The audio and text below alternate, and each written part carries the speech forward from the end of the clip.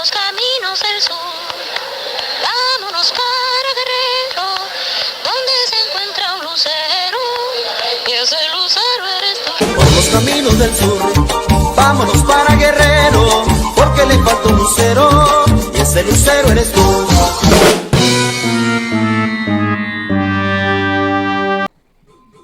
Hola, ¿qué tal? ¿Cómo estás? Bienvenido a Directo a tu CPU por Telestar Televisión Supercable Canal 3. También estamos por la red Canal 19 en la ciudad de Huancayo y a nivel de Huaura y Huaral. También tenemos Canal 30. Tenemos, como de costumbre, nuestro enlace internacional para analizar la temática desde México lindo y querido, en esta ocasión con Elino Villanueva y Carlos Yáñez, dos hermanos latinoamericanos imbuidos dentro de lo que es el periodismo, dentro de la parte académica también para el caso de Elino. Uno está en Chilpancingo y otro en Acapulco. Vamos a darle la bienvenida a nuestro hermano Elino Villanueva para que nos comente un poco cómo está México en este año electoral, a pocos días, a pocas fechas ya de darse el viraje hacia la parte femenina. Parece que el machismo se le va a acabar a los mexicanos. Bienvenido, Elino, y gracias por participar. Gracias, es un privilegio estar con ustedes desde acá, desde nuestro querido México, por supuesto.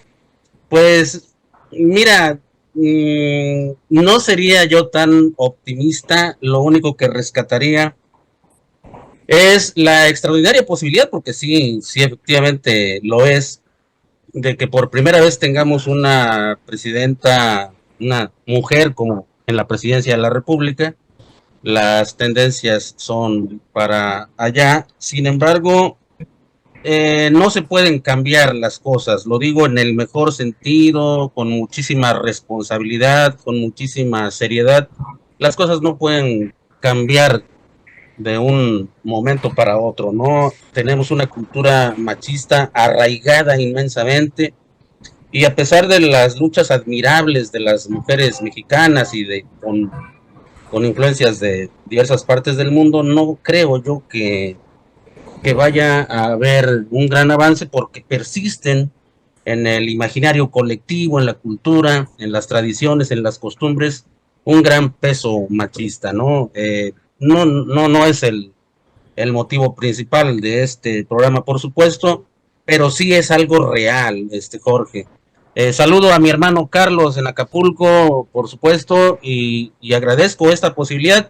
Estamos sí ya a la vuelta, un poco más de un mes de las elecciones del 2 de junio, y en términos generales, ya lo platicábamos antes de la presentación, en términos generales, pues la calidad me parece que no es la suficiente, aludiendo a un personaje de nuestro gran México surrealista, a que es Rubén Figueroa. Carlos, tú lo conociste más cerca que tu servidor.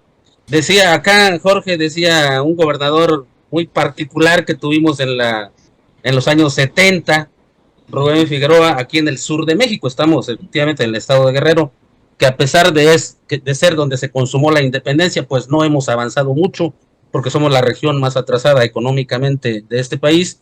Pues Rubén Figueroa decía, la caballada está flaca.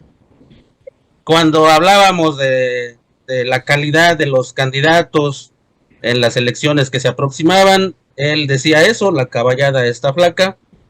Y también decía, con estas mulas he de arar. Es decir, él se refería a que era lo que tenemos, y que bueno, fue la plática previa contigo, Jorge, muy amable, mil gracias por este privilegio. Gracias, Carlos, los saludos a todos quienes nos están viendo, y pues sí, ya un poco más de un mes para la fiesta de la democracia mexicana, que implicará, lo subrayo, me parece que ese es el gran atractivo, el gran punto a celebrar, es que por primera vez tendremos, lo más seguro, a una mujer en la presidencia de la República. Saludos a todos. Ajá, bien, gracias, Elino. Vamos a preguntarle lo mismo a Carlos Yáñez desde Acapulco, para que nos dé su punto de vista de este viraje que puede haber hacia el lado femenino. ¿Cómo evitar el machismo en un gobierno feminista, de darse, como es obvio que se va a suscitar dentro de poco el viraje hacia la parte de una representación máxima, en la máxima administración de México, a cargo de una mujer. ¿Podrá ella sobreponerse a los puntos característicos del mexicano machista? ¿Cómo crees que puede pasar ahí? Bienvenido. Yo creo que más que el machismo, hablando de eso, tendríamos que ver cuál es más fuerte, si el machismo femenino o el machismo masculino, porque también tenemos que entender que ese machismo ha sido fomentado por las mismas mujeres y se ve desde los matrimonios, en parejas, igual que en cualquier nivel de vida, porque muchas de las veces tú te separas de la familia, te unes a una pareja y en su mayoría de los casos la madre siempre quiere llegar el domingo tempranito, llevarte el desayuno, ganarle ciertos espacios, consentirte de una forma, y en la política es muy similar. Un gran politólogo reconocido en México como José Francisco Ruiz Massieu, que en paz descanse, lo decía y comparaba, ¿sí?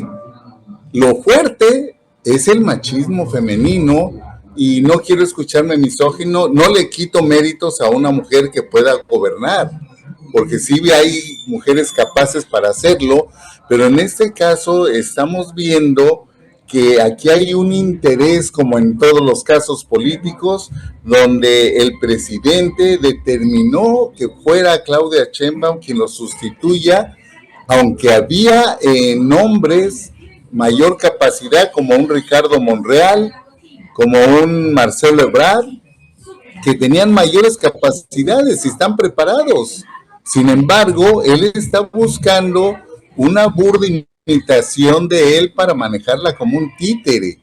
Eso es lo malo. Y si tú lo ves en campaña, ella utiliza el discurso de él. Ese segundo piso de la cuarta transformación, pues yo no sé cuál sea, porque el primero aún no se consolida y lo único que está logrando este primer piso, es llevar a la quiebra al país.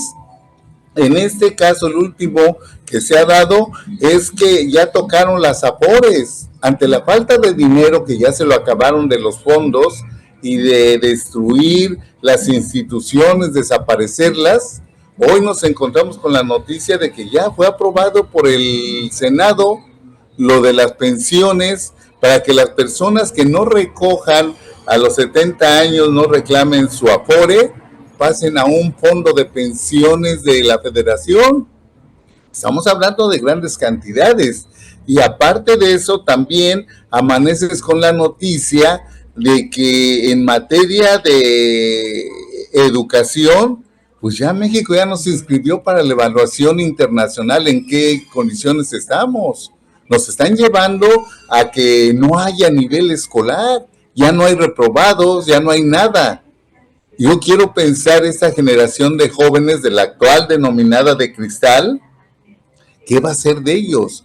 ¿Con qué capacidad intelectual vas a ir en un futuro tus nietos o tus bisnietos con un médico si no está preparado? Pero eso es lo que está sembrando Andrés Manuel López Obrador, ¿sí?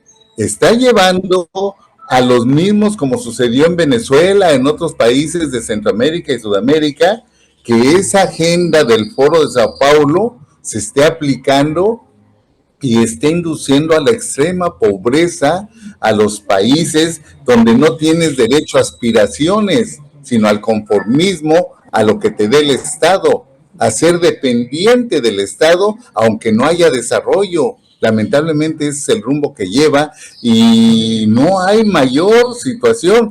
Está en manos de los mexicanos el próximo 2 de junio que salgan a votar a favor o en contra.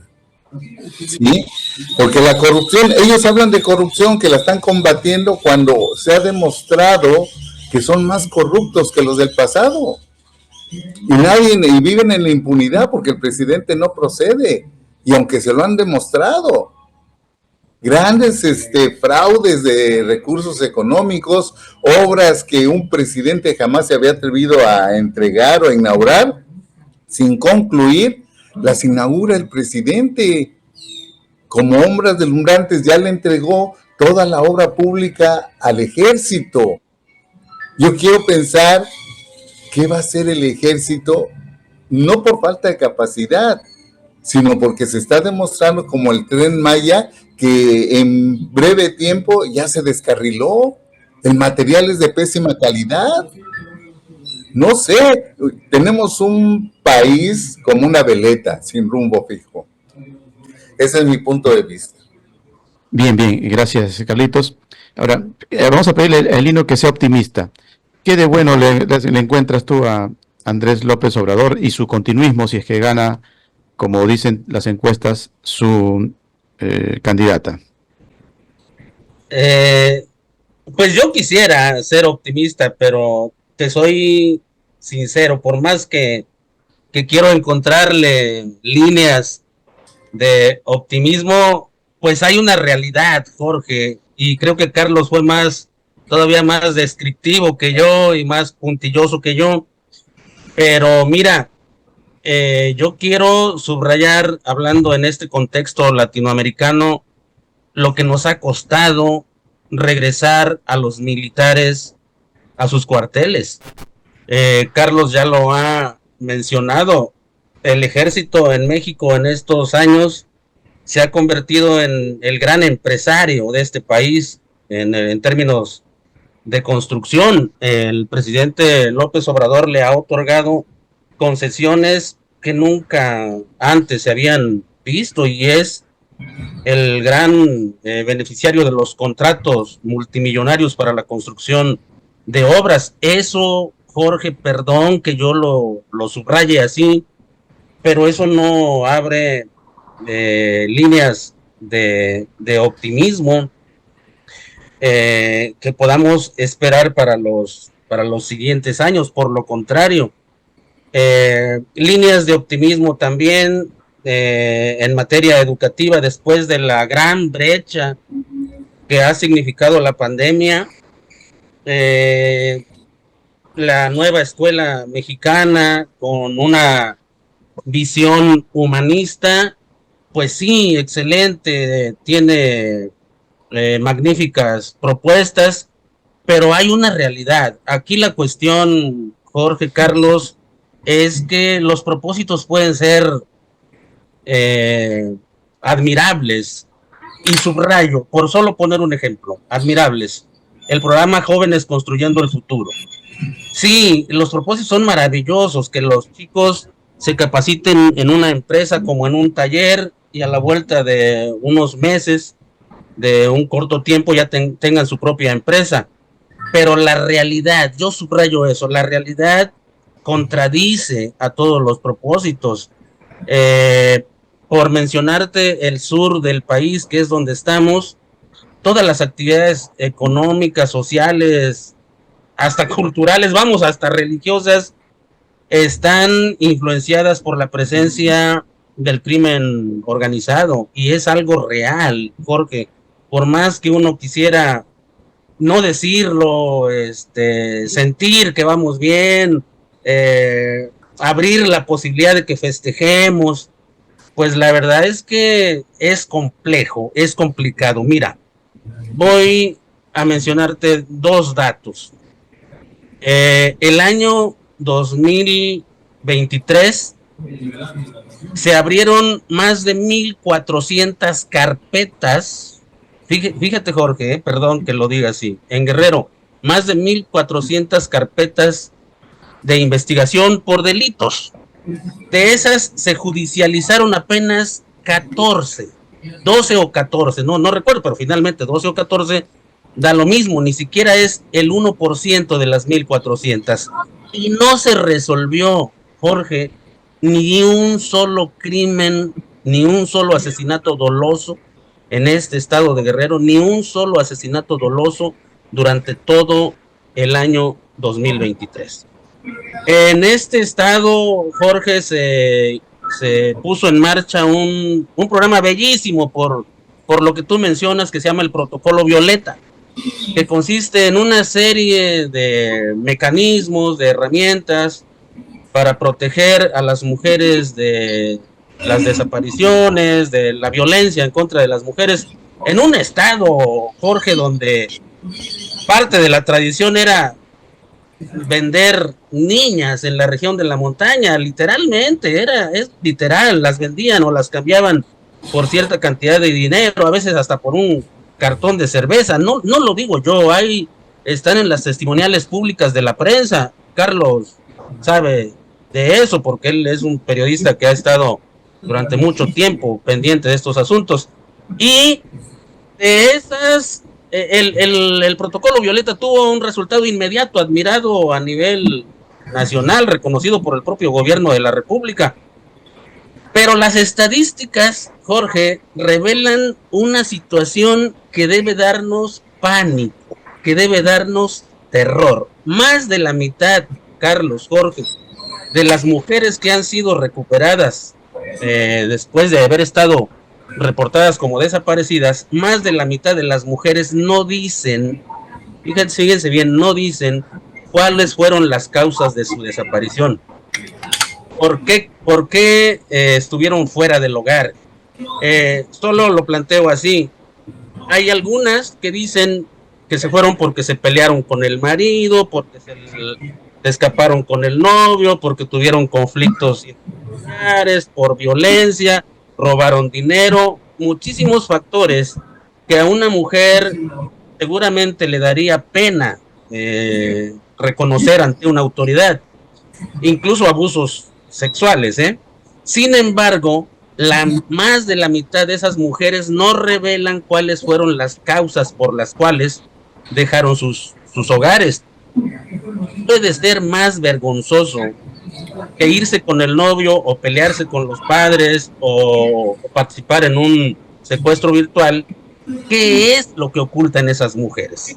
Me explico, más de la mitad no lo dice. ¿Qué es? Pues es obvio, que ocultan algo que no se puede decir públicamente, algo que no podemos mencionar en los diálogos ni siquiera familiares, porque hay actores prácticos que determinan las actividades en nuestra sociedad y por supuesto los destinos y las vidas de muchísimas personas.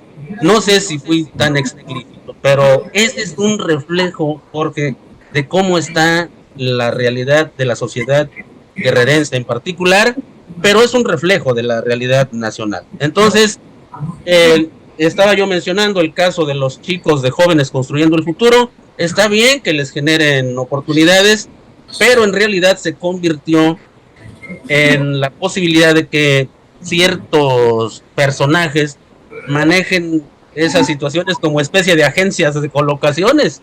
Entonces, las oportunidades de que los chicos reciban una beca del gobierno para capacitarse durante un año, hay gente que se dedicó a manejar esas colocaciones, esas oportunidades, y pues en términos generales menciono estos dos puntos, pero en términos generales, Jorge, la verdad es que es muy difícil pensar con optimismo si uno se dedica al periodismo y a la académica, porque tiene uno que verlo con objetividad, preocupado por el aspecto social. O sea, finalmente los intelectuales, los periodistas, quienes nos dedicamos a este tipo de oficios, y tú lo sabes bien, tenemos que pensar más allá de nuestro propio beneficio personal, pensar en lo que le aportamos a la sociedad.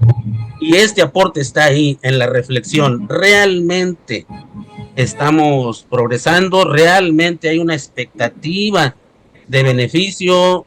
Ya Carlos lo mencionó mejor que yo. En realidad no estaremos ante la obligada imposición de una mujer. Yo no sé si las mujeres en la realidad pudieran estar festejando esta posibilidad de que una mujer encabece la presidencia de la República. Obvio, maravilloso es la posibilidad, pero yo no sé si en términos estrictamente reales, fundados en esta realidad nuestra, muy latinoamericana, pues podamos sentirnos realmente optimistas de lo que está por venir. Bien, Erino. Bueno, en este caso estaríamos hablando algo así como acontece pues en la Venezuela actual, ¿no? Se ha conformado un estado forajido.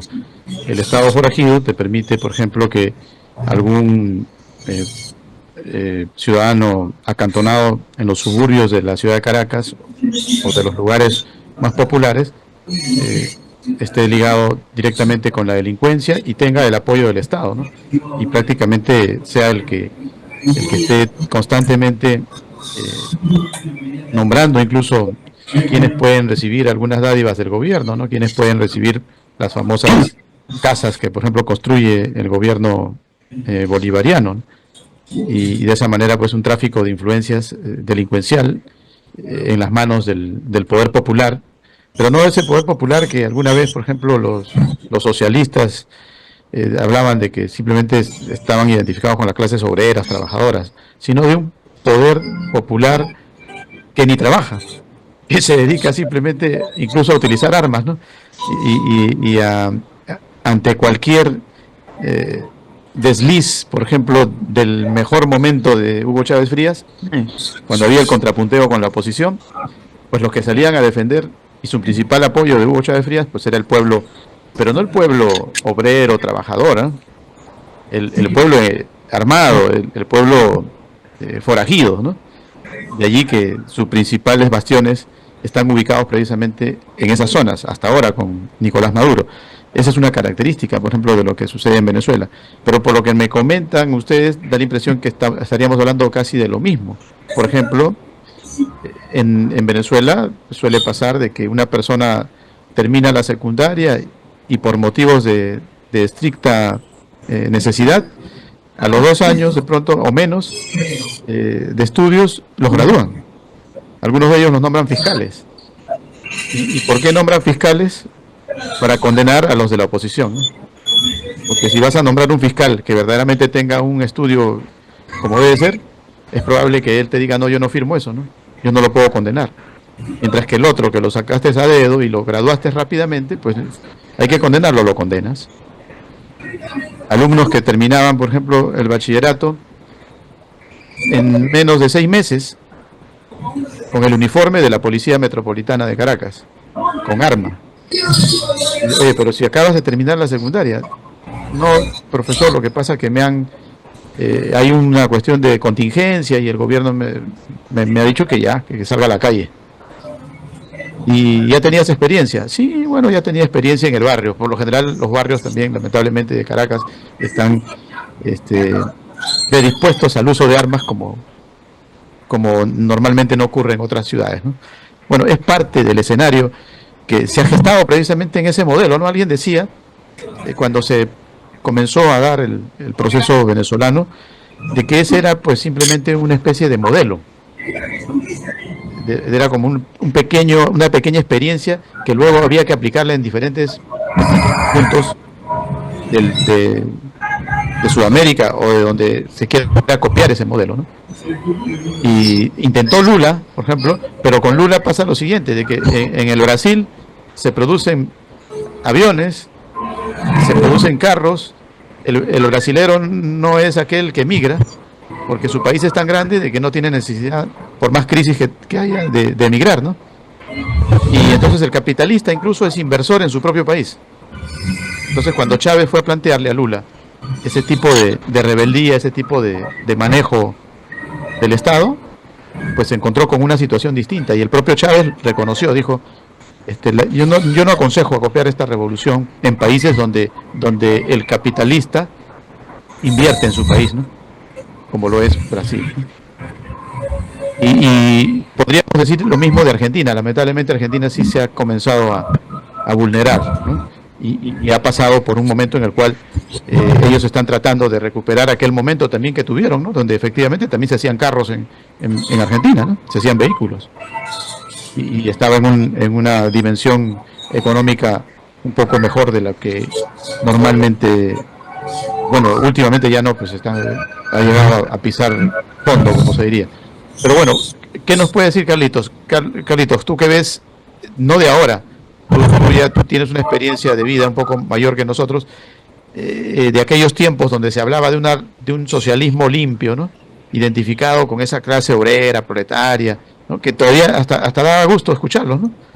Al actual, donde su amparo es el gobierno forajido. ¿Qué nos puede decir al respecto?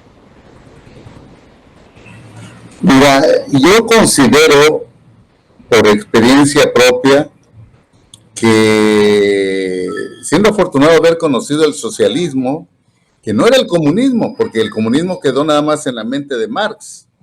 Cuando llega Lenin al triunfo de la revolución moscovita rusa, sí se integra un proyecto socialista donde tú estás hablando que de alguna manera beneficia a la clase obrera trabajadora. Era el socialismo puro. Cuba entra en un proceso de una mala réplica de socialismo al estilo Fidel. Pero Fidel, junto con Lula da Silva, se ponen de acuerdo y crean la famosa agenda de Sao Paulo, y el producto de esa agenda como país de experimento fue principalmente Venezuela, con Chávez. Fidel manda a traer a Chávez antes de ser presidente y lo empiezan a armar, pero con un socialismo a modo, no en beneficio de la clase trabajadora, sino de intereses donde se involucra los grupos fácticos, como es el crimen organizado, el narcotráfico. Entonces, ¿qué es lo que sucede? Tanto en los países de Centroamérica, ¿sí?, como Sudamérica, donde se implementa el Foro de Sao Paulo, esa famosa agenda, están confabulados con el narcotráfico. Y aquí lo vemos en el país, abrazos, no balazos. ¿Cuándo habías escuchado tú un presidente decir, es que son seres humanos, hay que irlos a acusar con su abuelita, con su mamá, para que ya no incurran en delitos? Yo quiero imaginarte a ti yendo a buscar una señora de 60, 70 años para acusar a un agente de 45, 50 años que ya están metidos, o de 33 años, oiga, calme a su nieto, calme a su hijo, o contrólelo. Digo, es una falacia. Entonces, no obstante, el presidente dice, porque de nada nos sirve tener una Guardia Nacional que ya fue aprobada por el Congreso si no actúan. Y en Acapulco lo vemos, hay rondines de la Guardia Nacional, hay retenes, hay bases de ellos, y a 40, 50 metros se están matando gente y no intervienen, porque no tienen las órdenes de atacar supuestamente a la sociedad civil, en la que se pelea, aunque sean del crimen organizado. No intervienen, pero tampoco tenemos policías municipales, porque esta creación de la Guardia Nacional ha ido desapareciendo poco a poco las policías municipales y les ha quitado responsabilidad a los ayuntamientos. Pero aparte de eso, nos están acostumbrando a convivir con los militares, que es la Guardia Nacional. Ya en Acapulco está el proyecto de crear 25 cuarteles de la Guardia Nacional. Ya pararon 2 construcciones, ¿sí? Porque la sociedad civil, uno de los abogados metió un amparo y logró parar la obra. Pero, ¿qué es lo que está pasando? Sencillamente están militarizando el país donde quiera que vayas. Ya estamos siendo un 90% de Venezuela, así como vamos. ¿Sí? ¿Por qué? Porque el presidente ha dividido el país. Los que menos tienen con los que más o menos tienen. Y está en riesgo la propiedad privada. El que si tú tienes 2, 3 casas, digan, es que tú no lo ocupas, tú la rentas, esto se te quita y se le va a entregar al que no tiene. Ese rumbo llevamos. Si ganan las elecciones el presidente y se lleva todo el Congreso, que Dios nos agarre confesados, porque no tenemos para dónde huir. Nosotros no tenemos hacia un norte donde nos puedan recibir, porque Estados Unidos nos va a cerrar la frontera. El presidente ha tenido confrontaciones con Biden. No nos van a dejar entrar. ¿Qué va a pasar con México? Pues la época del porfiriato, en donde los hacendados y los poderosos privilegiaban y le daban dónde vivir y darle de comer al trabajador. Vamos a depender del gobierno, pero ¿cuánto tiempo le va a durar el dinero a México para sostener esos programas sociales que no son malos? Como lo dice Lino, efectivamente traen una buena intención, pero mientras no exista un departamento de vigilancia que supervise, no van a funcionar, ¿sí? Estos jóvenes los ves cada que cobran en los bares de Acapulco, poniéndose hasta atrás, pero nadie los supervisa si cumplen o no cumplen. ¿Ya cuántos años llevamos? Vamos para 6 años. Quiero ver cuántos de estos jóvenes tienen provecho o han salido exitosos. Si nos vamos a un 10%, yo creo que va a ser mucho, porque nadie los vigila. ¿Y qué es lo que pasa? En Cuba todos tienen un título. Sí, pero como tú lo dijiste claramente, terminan el bachillerato, les dan un título y ya son licenciados, abogados y hasta los taxistas tienen título. Eso es lo que quieren y lo han dicho aquí, que todos deben de tener un título. ¿Y de qué nos va a servir el título si no estamos preparados? La especialidad de Cuba son los médicos, que es lo que venden. De ahí en fuera no hay ingenieros, no hay nada, y posiblemente sí los haya, y serán muy contados. Venezuela está por el mismo rumbo, ¿sí? Entonces, es una forma en donde, pues esto va a seguir imperando, y el crimen organizado va a seguir trabajando. Y es el poder tras el poder, porque ya está enquistado en el gobierno. Eso es lo que yo veo, ¿no? Y es lamentable. Es una opinión personal. Bien, bien, Carlitos. Bueno, la parte que no mencioné fue que adicionalmente al gobierno forajido, que es el que se constituye, pues el principal amparo, lógicamente, para el caso Venezuela, es el hecho de que el que lo impone en su inicio es precisamente las fuerzas militares a través del presidente de aquel momento, Hugo Chávez, ¿no? Y los militares, pues, normalmente por constitución, pues no pueden participar en cuestiones políticas, ¿no? Pero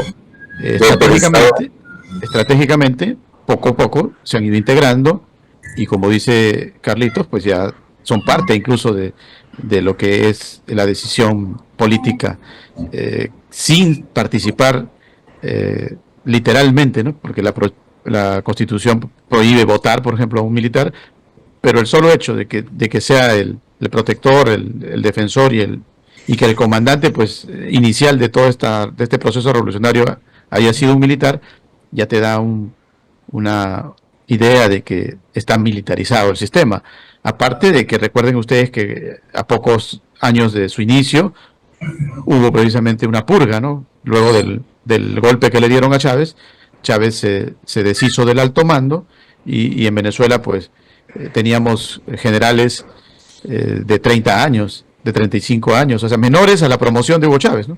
Porque a él no le convenía tener generales mayores a él que pudieran imponer sus ideas, ¿no? Él quería jóvenes. Entonces tú te sorprendías de conseguir, usted es general, sí, un jovencito de 30 y pico años, ¿no? O sea, algo inédito dentro de lo que significa la vida castrense, pero es parte del escenario político, más que militar, ¿no? Y ya tenemos eso como práctica, como escenario en América Latina, y creemos que esto se puede estar reeditando, como nos lo dice Carlos, para el caso mexicano también. Esperemos de que esto no sea así, pero todos los indicios, pues, nos indican esa circunstancia. Ahora, vámonos ya a la parte que tiene que ver con el exterior. Han habido algunos contrapunteos bastante complicados entre México y, por ejemplo, los países vecinos, ¿no? Ecuador, uno de ellos últimamente, incluso Perú también, porque ahora para viajar a México nos están pidiendo visa, ¿no? No sé, ¿cómo ves tú esos contrapunteos entre López Obrador y por ejemplo, aquel señor que supuestamente no debieron tocarlo en la embajada por cuestiones eminentemente diplomáticas, ¿no? Pero que a veces rondan también en la protección de delincuentes, ¿no? De condenados. ¿Qué nos puedes decir sobre eso, Elino? Bueno, los principios son claros, ¿no? Yo creo que ahí sí, no soy experto en diplomacia, ni mucho menos, pero me parece que ahí sí, finalmente, después de todo, hay una regla, ¿no? Hay acuerdos internacionales que deberían estar antes que los propios intereses del gobierno en turno, ¿no? Ahí sí me parece que los recintos, bueno, no me parece, ¿no? O sea, los recintos internacionales son inviolables, ¿no? Son sagrados. Ahí sí, ese debate me parece que está más allá de lo cotidiano, ¿no? Ahí sí debería haber un respeto por las sedes diplomáticas, son convenciones internacionales. Entonces, ahí sí me parece que se cometió un abuso. La cuestión aquí es politizar todo eso, ¿no? Y aprovecharlo para los intereses, para las intenciones de cada dirigente, ¿no? De cada presidente. Independientemente, pues si está acusado, si está procesado, si está sentenciado, se ha demostrado que que ha incurrido en hechos delictivos, pues que se procese en el país, pero si está en una sede diplomática, a mí me parece que sí, pues hay convenios internacionales y esos van mucho más allá de los intereses locales por hacer aplicar la ley. El ejemplo que nos ha pasado a nosotros quisiéramos los mexicanos que aquí estuviera en México Andrés Roemer, que aquí estuviera en México el que fue jefe de la Agencia de Investigación Criminal, Cerón, que es el responsable central de toda la estrategia de la verdad histórica de la desaparición lamentabilísima de 43 chicos de la Escuela Normal Rural de Ayotzinapa, que por cierto es aquí cerca de Chilpancingo, la sede de esa escuela. Y no los tenemos, Jorge, Carlos, no los tenemos. ¿Por qué? Porque para el Estado de Israel no existe ese tratado para el intercambio para la colaboración en la investigación de delitos. Entonces prevalece la cuestión de las convenciones internacionales, ¿no? Ahí estaría, ¿cuál sería lo más prudente en términos de una analogía en esas situaciones? Pues habría que verlo, y te digo, en ese debate, no sé, ahí tendrían que ser pues los especialistas en relaciones internacionales los que resolvieran, pero sí, pues hay una tradición mexicana de respeto al derecho internacional, los pactos de no intromisión, ¿no? Y ahí sí, pues habría que verlo desde otra perspectiva, ¿no? Pero yo creo sí que las sedes diplomáticas son inviolables y que si a alguien se le debe procesar, pues que sea en el plano de cada nación, de cada legislación. Yo insisto, nosotros quisiéramos tener aquí a estos dos personajes que cometieron una serie de hechos ilícitos y no los tenemos en virtud de los tratados internacionales, en virtud de la vigencia del derecho internacional.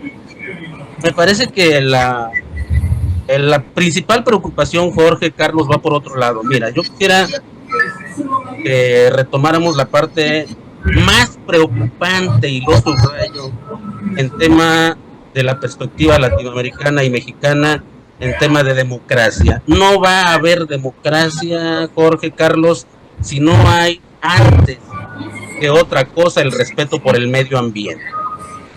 Y eso lo subrayo y esa es mi convicción, y ahí sí entro en el debate que sea. En Guerrero tenemos 5 ríos asesinados, 5 ríos declarados muertos. Y sin embargo, porque esto es todavía mucho más preocupante que las cuestiones internacionales, Ningún candidato, ningún partido, Jorge, se ha preocupado por realizar un foro, por incluir en sus campañas la cuestión del medio ambiente. Y el ejemplo concreto lo tenemos aquí en Chilpancingo, ni un solo candidato se ha preocupado por el funcionamiento del único parque de educación ambiental que hay en todo el sur del país. Jorge, tú tienes conocimiento de ese caso porque lo hemos platicado en anteriores ocasiones, y sin embargo, en la agenda, lo subrayo, en la agenda de los políticos y de los candidatos de los partidos actuales, no está como una prioridad el medio ambiente a pesar de todo lo que estamos viendo. Y eso sí me parece realmente urgente, realmente preocupante, y sin embargo no lo tenemos presente. Los diputados de este estado donde yo estoy con Carlos, de este estado, son todos de Morena. El Congreso del Estado está mayoritariamente gobernado por Morena, y sin embargo el tema de la educación ambiental, del medio ambiente en sí, está en el punto 8 de todos sus temas. El turismo está en el punto 11 de todos sus temas, cuando urge cambiar de modelo, cambiar de visión en todas las actividades, Jorge, hacia el medio ambiente. Es decir, que todas las políticas públicas valoren urgentemente la cuestión del cambio climático. Nos lo vino a demostrar el Otis, que también ya se ha hablado en este foro en otras ocasiones. Otis nos vino a demostrar lo equivocado que estamos en todos los sectores, en todas las disciplinas, y sin embargo no lo tomamos en cuenta. Yo no veo que la recuperación en Acapulco valore, por ejemplo, un sistema de alertamiento temprano para que la gente esté preparada sobre cómo actuar en caso de la presencia de un fenómeno natural. Me desvié, Jorge, pero me parece que hay temas mucho más urgentes en cualquier foro de discusión en la realidad latinoamericana, y en este caso en la realidad mexicana, Jorge. Bien, Erino, gracias. Vamos con Carlos Yáñez. A ver, ¿qué nos puedes decir sobre la parte de la polémica internacional que desata el gobierno de López Obrador con respecto a Ecuador, con respecto a Perú también, que últimamente, pues, repito, se está pidiendo visa para poder ingresar a México, y cuando normalmente pues no era necesario, ¿no? Creíamos que ya esos tiempos estaban superados, pero parece que Andrés López Obrador considera que no, que hay alguna complicación al respecto. ¿Qué nos comentas, Carlitos? Yo creo que hay una política equivocada en Andrés Manuel López Obrador hablando internacionalmente. En primera, él no le ha dado importancia más que a ciertos foros cuando se le ocurre ir, porque en su mayoría acudía Marcelo Ebrard para resolver las situaciones. En el caso de Perú, sabemos que Dina Boluarte, que fue la que destituyó precisamente a Pedro Castillo Terrones, porque quiso Pedro Castillo imponer un sistema igualito al que está llevando en la agenda de Sao Paulo, y no lo permitieron. Salvaron a Perú de esta situación. Entonces, digo, un aplauso por ella, como mujer, merece mis respetos, que supo ver lo que le deparaba el destino a Perú, ¿sí? Y se opuso a Andrés Manuel desde un principio. Y Andrés Manuel, no le toques a su gente, porque Andrés Manuel los defiende a cabalidad. En el caso de Ecuador, sí, efectivamente siento que ahí se violó el acuerdo internacional de la inmunidad diplomática, porque realmente las embajadas son, y estás obligado a aceptar a alguien que te pide auxilio político en materia por sentirse perseguido, por lo que quieras, y puede protegerte y puede ayudarte, siempre y cuando no seas un delincuente, que también los hay de cuello blanco y de todos sabores. Pero bueno, aquí sí siento que se rebasaron y se rompieron esos acuerdos internacionales, y efectivamente pues obligó a romper esas relaciones, que aunque en México la embajada de Ecuador sigue estando y no se toca, O sea, se está dando una muestra muy diferente, ¿no? En el respeto a la cuestión diplomática. Y subrayando lo que dice mi queridísimo Elino respecto al medio ambiente, tenemos años hablando del medio ambiente, la gente no lo toma efectivamente en cuenta. Yo te comentaba al inicio de esto, ayer que platicábamos, que es lamentable la pobreza política que hay en Guerrero. Históricamente Guerrero se ha destacado por tener políticos de buen nivel y que proponen y se meten en la federación. Hoy no tenemos nada. Lo que se empieza a reflejar ese tipo de funcionarios que llegan de la noche a la mañana y no son más que adornos de mesa, porque no están ni preparados ni para debatir en el Congreso. ¿Qué es exactamente lo que requiere Andrés Manuel? Tener gente a modo para que le aprueben sus leyes que ni siquiera son por ellos analizadas. Eso es lo que está llevando y puede llevar a la quiebra. Chiapas, Oaxaca y Guerrero, que son los 3 estados de mayor extrema pobreza, se van a ver más amolados. Ya estamos registrando incremento de pobreza extrema. Y supuestamente Guerrero fue el bastión que le dio más votos a Andrés Manuel López Obrador y que no lo contempló en una sola obra que tú digas, oye, va a hacer esto para Guerrero. No hay una sola obra como lo que es la tierra, el rancho donde está el rancho de Andrés Manuel. Oaxaca sí se ve de algo beneficiado, posiblemente Chiapas y hasta ahí, pero Guerrero no. Y lo que la gente lamentablemente no se da cuenta, que nos estamos hundiendo en la extrema pobreza. Se debe atacar el medio ambiente como se debe fortalecer el turismo en todos los aspectos y todas las ramas que le quieras buscar al turismo, como en Europa, que saben vender turismo. Aquí no, pese a que somos fundadores de la escuela de turismo a nivel nacional, no se ha dado muestras de eso, no hay un legado. ¿Dónde están los licenciados en turismo que han dejado, que han arrojado? Todos se convirtieron en empleados de gobierno, mientras pudieron se posicionaron de la Secretaría de Turismo y ahí permanecían aunque no trabajaran. No hay algo serio, pese a que estaban en un destino que en su momento fue el número 1. No conocían en muchas partes a México más que Acapulco. Tú llegabas a alguna parte y decías, oye, ¿de dónde eres? De México. ¿Y eso qué? ¿Dónde queda? Decías Acapulco. ¡Ah, de Acapulco! Aunque no sabían que estaba dentro de México. ¿Sí? Y lamentablemente no hay ese reflejo, y menos ahora con la Secretaría de Turismo Federal, que no tiene proyectos para Acapulco. Le quitaron promociones porque el presidente ha desaparecido todo. Entonces, estamos en el barco que está encallado en Venezuela, donde sus polos turísticos son ciudades fantasmas. ¿Por qué? Porque no hay dinero. Y a ese rumbo vamos. ¿Sí? Al rato que no haya dinero ni para salir a pasear, los destinos turísticos de México van a morir.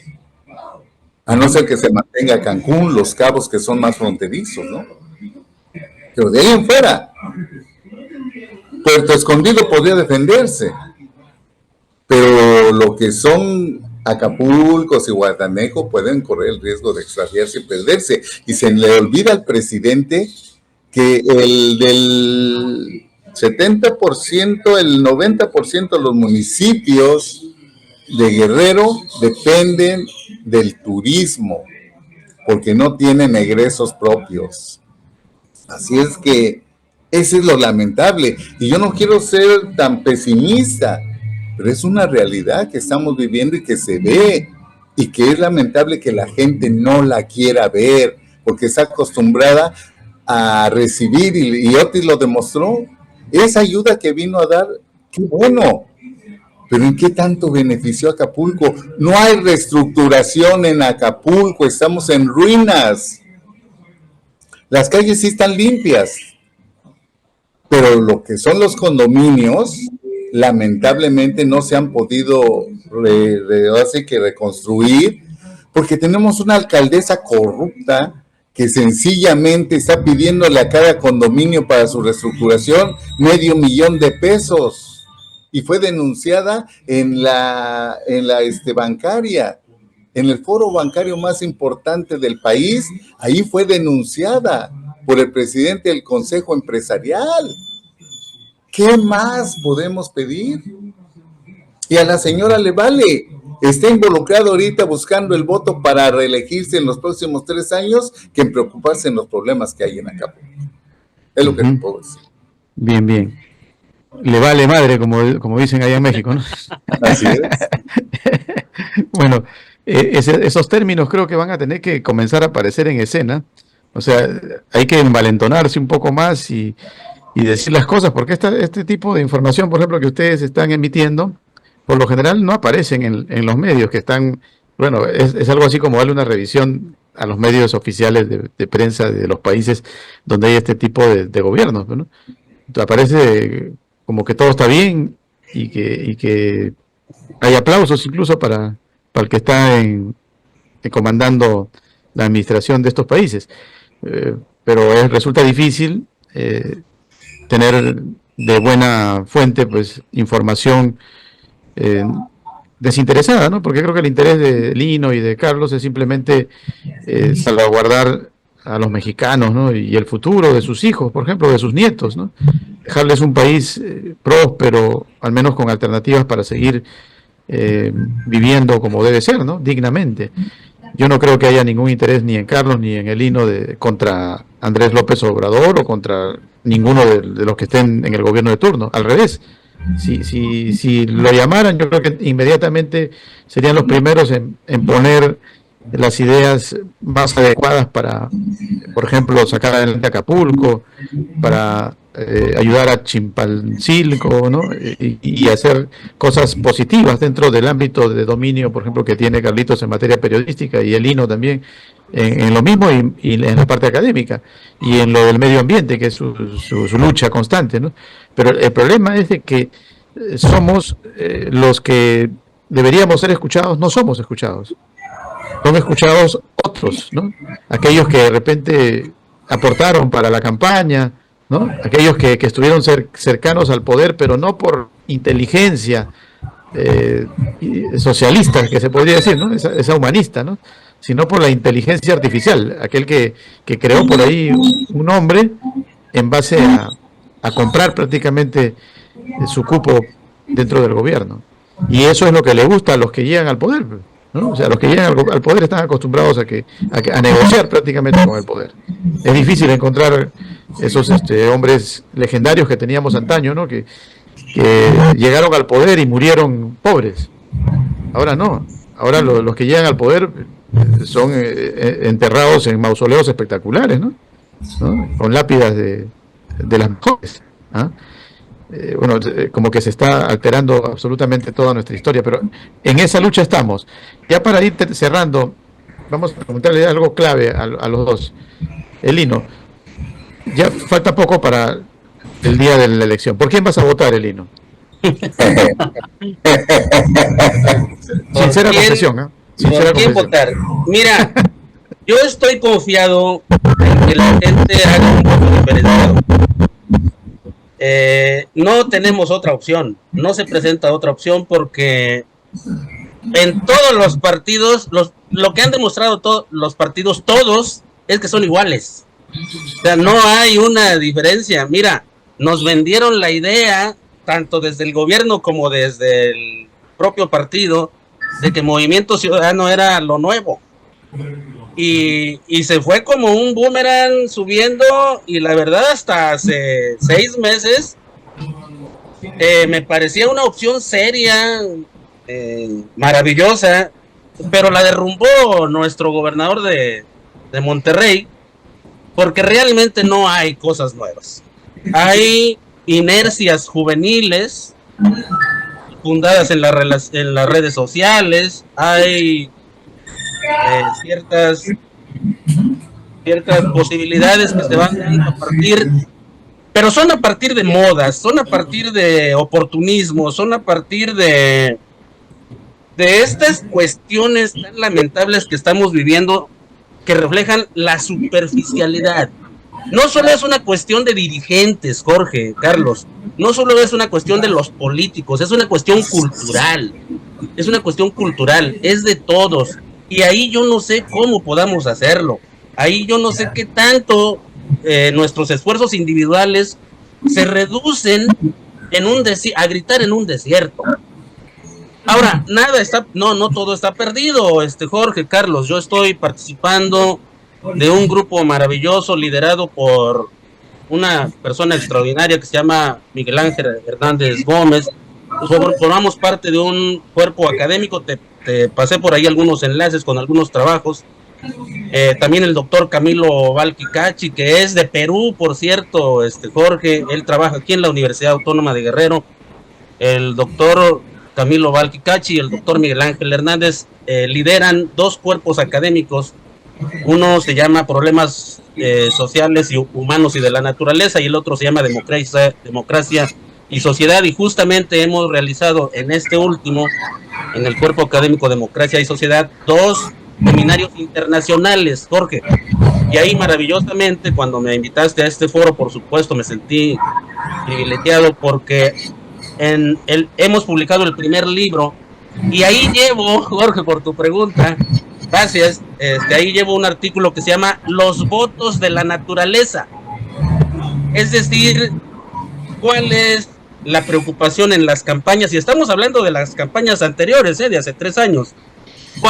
¿Cuál era la preocupación real de los candidatos sobre la naturaleza, sobre el medio ambiente, sobre la urgencia de atender el cambio climático? Y no la hay. Yo insisto y subrayo que ese es el tema más preocupante, Jorge, y no veo las posibilidades. ¿Cuál sería mi voto? Y espero que sea el voto de muchos mexicanos, un voto diferenciado. Te voy a mencionar en mi distrito federal, en el número 7, está de candidato, y Carlos me va a respaldar en la visión, está de candidato por 3ª ocasión, Jorge, un señor que se llama Carlos Sánchez Barrios, que en algún momento fue muy popular porque las condiciones lo estaban impulsando, colocando como la mejor opción para ser gobernador hace 15, 20 años, y de eso se colgó para figurar en Morena como un candidato obradorista, pero ya va para 3 trienios como diputado federal y no hay absolutamente, y lo subrayo, Carlos, Jorge, ningún elemento como para decir que ese hombre merece la reelección. Sin embargo, ahí está. Y así como él, solo lo pongo como ejemplo, hay muchísimos. Carlos ya ha mencionado el caso de Acapulco, y pudiéramos, sería inacabable la lista de candidatos que nada tienen que hacer en términos de preocupación por los problemas sociales, nada tendrían que hacer en la elección. Entonces yo espero que lo rescatable se resuelva a partir de un voto diferenciado en el que pues podamos elegir del menos malo, en el que esperemos que se preocupe realmente por la realidad, que promueva que las políticas públicas descansen en la realidad real, Jorge, Carlos. Mira, te voy a poner un ejemplo muy rápido. Decía Carlos sobre el caso de Acapulco, y yo lo mencioné con Otis. Otis lo que nos vino a reflejar es que el modelo Acapulco ya no funciona, ya no, Acapulco ya no puede seguir siendo ese gran centro turístico de los grandes centros de convenciones. No, o sea, ese turismo ya no funciona. Tendremos que modificar la línea del turismo. Sin embargo, Jorge, Carlos, te voy a mencionar un caso. Este año se están cumpliendo 30 años de que se crearon las universidades interculturales. A raíz del levantamiento del 94 en Chiapas, hubo una presión para darle oportunidades de formación a las zonas de grupos originarios. Y en Guerrero se creó también la Universidad Intercultural. Y hay varias versiones de esa Universidad Intercultural. Y una de las carreras que se ofertan en esa universidad intercultural, dedicada a las zonas con grupos indígenas, donde todavía tenemos recursos, elementos de la naturaleza para aprovechar en un turismo alternativo, hay una carrera, Carlos, Jorge, que se llama justamente así, turismo alternativo, una licenciatura en turismo alternativo. Hace 30 años, Jorge, ya deberíamos tener resultados concretos, precisos de esa carrera de turismo alternativo para no estar padeciendo los problemas que nos vino a exhibir Otis en Acapulco. Sin embargo, yo quiero que Carlos en su comentario final diga qué resultados ha visto él, que tiene tantos años que en el periodismo, de estas carreras puestas como alternativas, el turismo alternativo desde las universidades interculturales que están en todos los estados con población originaria, ¿eh? Ese es solo un ejemplo de cómo las políticas públicas no descansan, no se soportan, no se sustentan en la realidad real que vive la sociedad. Y solo quisiera que las oportunidades, el problema de México, Jorge, es ese: las oportunidades están mal distribuidas, están asignadas a los compadres, a los ahijados, a los centenados, a los amigos, a los hijos de los poderosos. Ese es el gran problema, y ese esquema se repite en todo el funcionamiento de todos los aparatos, de todos los sistemas, de todas las áreas, en las universidades, en el gobierno, en los ayuntamientos. Ese modelo, que es el modelo nacional en el que solo tienen, decía Carlos, protección los amigos, los conocidos, el jefe, como decía, como se nos mencionó por ahí, a los amigos, para los enemigos la ley, para los amigos la gracia, ¿no? Y finalmente, Jorge, pues yo quisiera un poco referirme a esto, al contexto latinoamericano y aterrizado en México, es que las esperanzas, Jorge, Carlos, la esperanza siempre será más fuerte.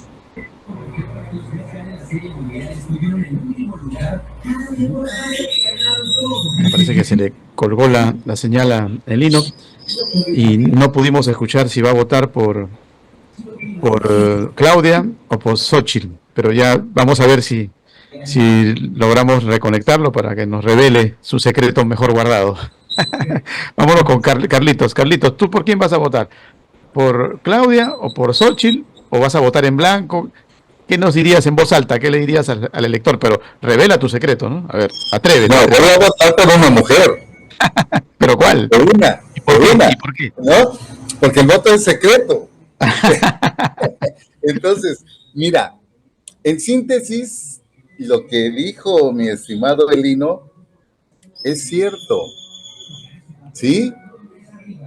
El sistema político mexicano no va a cambiar jamás. Lo que habíamos avanzado en democracia impulsada por los propios partidos de oposición, que en el caso era, antes de ser Morena, era PRD, pues se ha ido derrumbando por los mismos de oposición que lo llevaron a cabo, porque no les conviene. No existía la reelección. Ellos mismos la impulsaron junto con el PRI y ahora es para lamentarse. La aprobaron, pues ahí está. ¿Por qué? Porque todo el mundo se siente con derecho a reelegirse, piensa que hicieron bien las cosas, cuando son ignorantes en la materia. ¿Sí? Pero bueno, siento que la única tablita de salvación que tiene México para poder seguir en esa esperanza de lucha que dice mi estimado Elino, es que el Congreso se equilibre, que no se lleve la mayoría Andrés Manuel. Y si se logra equilibrar el Congreso, ya hay un gane. Olvídate de la presidencia, porque la presidencia es una elección de Estado. A no ser que México, en esos cambios radicales que luego se le dan, se incline y razone su voto y cambie el sistema. Y si cambia el sistema de un tajo, y no te cuento la serie de cosas que va a haber en un futuro, porque muchas gentes irían a parar a la cárcel por tanta corrupción que hay. Ahí sí yo vería que en el cambio de sistema habría alguien, posiblemente un presidente, que llegara a parar a la cárcel. ¿Sí? Pero pues está en chino.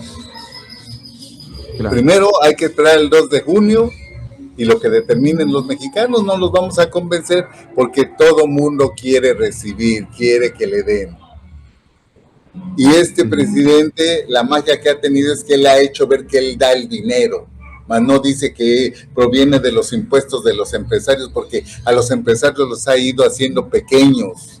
¿De dónde vas a sacar dinero para seguir manteniendo eso? El petróleo ya no da.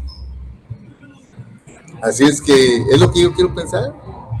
Y el ejército, si el ejército ya es el que manda, ¿de con qué se va a mantener el ejército? Para seguir haciendo sus obras mal hechas, porque hasta ahorita tanto el aeropuerto no funciona y lo entregaron sin concluir, como el Tren Maya que ya está funcionando sin concluir, y las refinerías que no arrojan un solo peso. No han trabajado nada. Se ha triplicado el precio de todas esas obras de lo que dijeron. Si con el aeropuerto que había sembrado las bases la pasada administración íbamos a tener un aeropuerto de alto renombre y con todas las condiciones, un aeropuerto de carga a base internacional, México va para atrás, está retrocediendo al porfiriato. Bien, gracias Carlitos. Creo que hemos ampliado bastante el panorama mexicano para el espectro de nuestra audiencia latinoamericana, ¿no? Y con puntos de vista que pueden estar de pronto un poco reñidos del gobierno de turno, pero con altura, con positivismo también dentro de todo lo negativo, ¿no? Porque al final lo importante es que son ideas de personas que conviven el día a día, ¿no? Por ejemplo, en Guerrero, allá en el estado de Guerrero, a nivel de lo que ha sido la tragedia de Acapulco y que gracias a Dios pues ahora ya está un poco... Permíteme tantito. Dime. Acuérdate que México ahorita es el país donde mayor parte de periodistas han muerto y que han sido los periodistas críticos, porque nos están desapareciendo. ¿Sí? Sí. Exactamente, están haciendo lo que hacen. No quiero prensa crítica, quiero prensa que me alabe. Bueno, eso hay que tomarlo en cuenta, ¿no? Y bueno, nos solidarizamos con aquella libertad de expresión que salvaguardamos a nivel de América Latina y que creo que es la principal defensa de todo periodista. Lástima que el Lino no nos está acompañando desde Chilpancingo y nos vamos a ir con la duda de si va a votar por Claudia o por Xochitl. Me parece que yo le veo como que va a votar por Claudia. Pero eso ya ustedes lo van a descubrir. De pronto cuando se publique nuestra entrevista, en la parte de abajo, vamos a ver si el Lino voy a votar por tal persona. Vamos a ver si nos revela el secreto. Bien, Carlitos, gracias por participar y próximamente, días previos a la elección, es probable que hagamos otro programa más para ver hasta dónde se encaminan las aguas, ¿no? Que cada día que se acerca el 2 de junio, pues me imagino que la efervescencia en México va a crecer, ¿no? Y la expectativa también a nivel internacional para ver qué destino le depara a México lindo y querido. Un abrazo a la distancia. Recuerden que la cita es por Telestar Televisión Supercable Canal 3. También estamos por Canal 19, la red en la ciudad de Huancayo y a nivel de Huaura y Huaral en Canal 30. Chao, hasta la próxima. Gracias, Carlito. Hasta la próxima. Por los caminos del sur, vámonos para Guerrero, donde se encuentra un lucero, y ese lucero eres tú. Por los caminos del sur, vámonos para Guerrero, porque le falta un lucero, y ese lucero eres tú.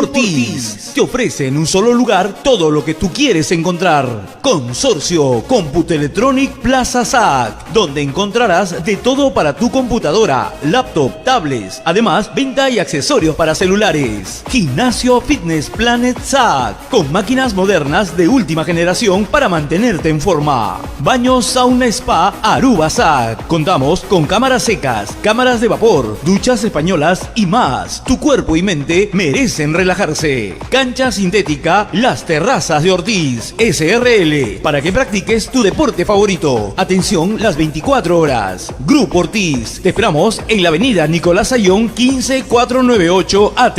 Grupo Ortiz.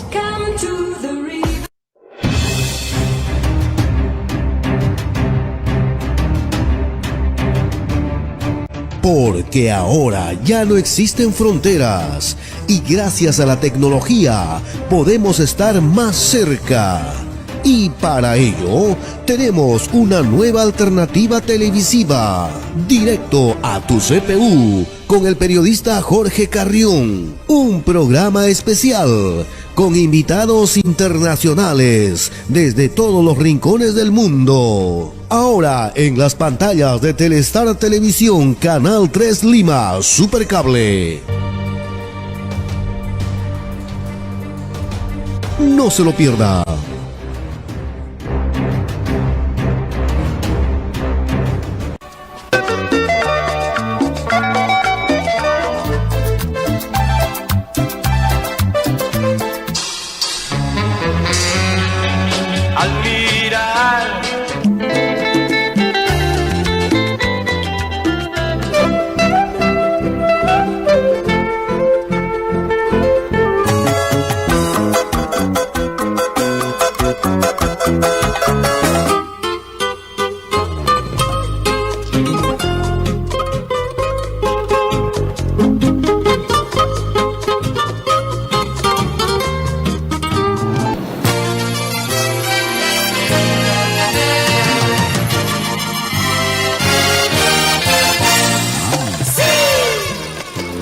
Directo a tu CPU.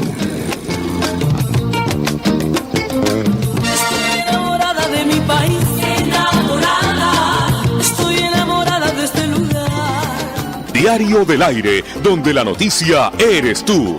Une con sabores y colores a la gran familia peruana, compartiendo el acontecer nacional en forma amena y veraz. Hagamos esfuerzos con la frente en alto para que la región andina sea una y próspera. Costa, sierra, selva y el grandioso Mar de Grau.